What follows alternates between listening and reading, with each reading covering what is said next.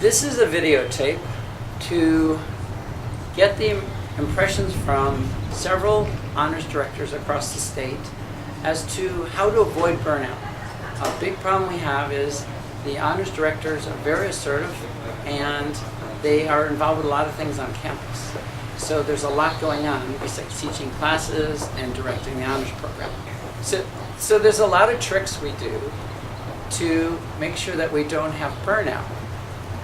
Some of them involve other people and some of them are just internal decisions. So in the following minutes here, you'll hear different suggestions that directors across the state have done to adjust to the reality of being very busy. This allows directors to keep going in their job for many years. So several of the people you'll hear from have been directors for 5 to 10 honors program. And one of the things that I have done that's really helped to sort of give me new energy around the job as the honors director is to come up with sort of projects that I have a passion for, things that I can really focus energy on and that I can also get my honor students really engaged in. And one of those things over the last 2 years has been starting a student food bank on our campus. So we've done a lot of workshops with students around it, raising awareness, and then we've incorporated it as a service learning component. But they're also learning about an issue that's critical to them in their everyday lives and to their fellow students and heightening their awareness around it and getting them working around an issue and seeing what they can do when they get the power of students and an honors program. And important things to remember is that you're not doing this by yourself. I think the most successful coordinators are the ones that are the most recognizable, but not the ones doing it all by themselves. And so they use their honors advisory councils. They're constantly talking with their colleagues, and then also they try new things in their program. I think if I am doing the same things day after day, year after year, then it would grow stale for me as well. But I have colleagues that I really admire and I reach out to and I say, what are you doing that's new? And we talk about it and many times implement it at my own school. And so that's what makes it fresh every year. I'm already excited about some of the new things that I'm going to try next year, by talking with fellow colleagues. I want to talk about having a master calendar. And what I have for a master calendar is a huge plastic calendar that's up on the wall outside, and it also keeps the students focused. It's like, this is UC application month. And I put that up there because that gets them started looking at the calendar, because otherwise they wouldn't. And then HTCC is up there, SCR's up there, the various conferences, and then the things like the January 31st update is up there, things where it reminds me what I have to do, it reminds the students what they have to do, and it also shows any administrators who happen to be walking by that there's a lot of work involved, and that helps remind them. Phi Theta Kappa is a wonderful organization, a great thing for the world, and a total abyss of time.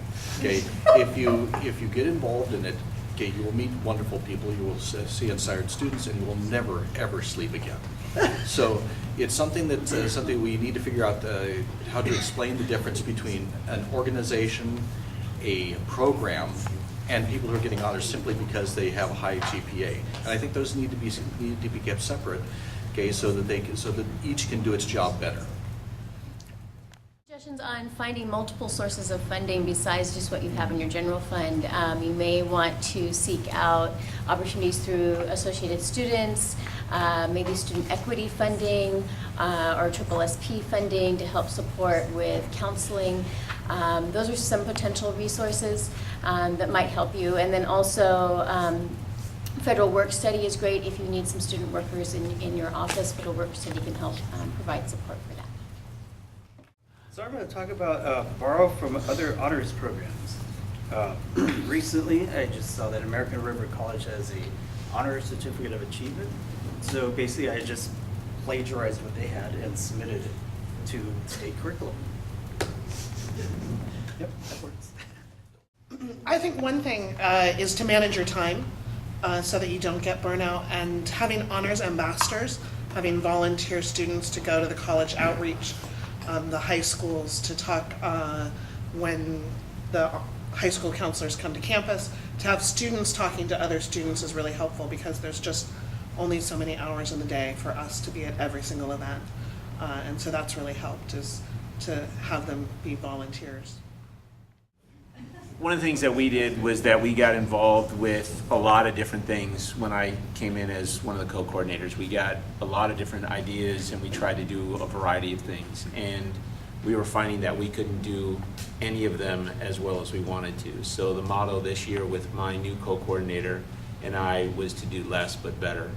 And I think that's important. If you find your passion projects, de-emphasize the rest. That point is the idea of find the things that you really feel committed to and feel passionate about. Focus on those. Don't feel like you have to do everything. If you have to put some things off to next year or the year after when you got your feet under you a little bit, maybe that's a better way to approach it. So, that's it. One thing when setting up student leadership that I've noticed is to set up a mentoring program, because at a 2-year college it can be difficult if all your leaders are graduating at the same time. So in taking care that you set up a mentoring system for your students to help other students go into those leadership positions is really helpful. One of the ways to avoid burnout is to just say no. Say no to anything you can that takes up time and mental energy. Our emphasis is on our honor students. Because they are the best of the best, they deserve the best of the best as an honors director or a counselor. There is exceptions. My passion is clubs. Another director's passion is hiring committees. But aside from your passion that keeps you going, that there's very little things on campus that can't be done by other people. There's plenty of people who do faculty senate, union negotiations, curriculum, SLOs, but the honors director should not do those very important things because they also need someone who can be devoted to that effort. Our effort is for the honors students. I'm not a person that seeks a lot of attention, but I find working with my students, I demand their attention, and I think every day with all the work that's involved, we all work so hard. What keeps me from burnout is to remember who's it for. What am I there for? It's not about me. It's about them. And so every day I'm so grateful. I'm grateful first to have a job, grateful that my wife loves me, and I'm glad to have this job as the Scholars Director.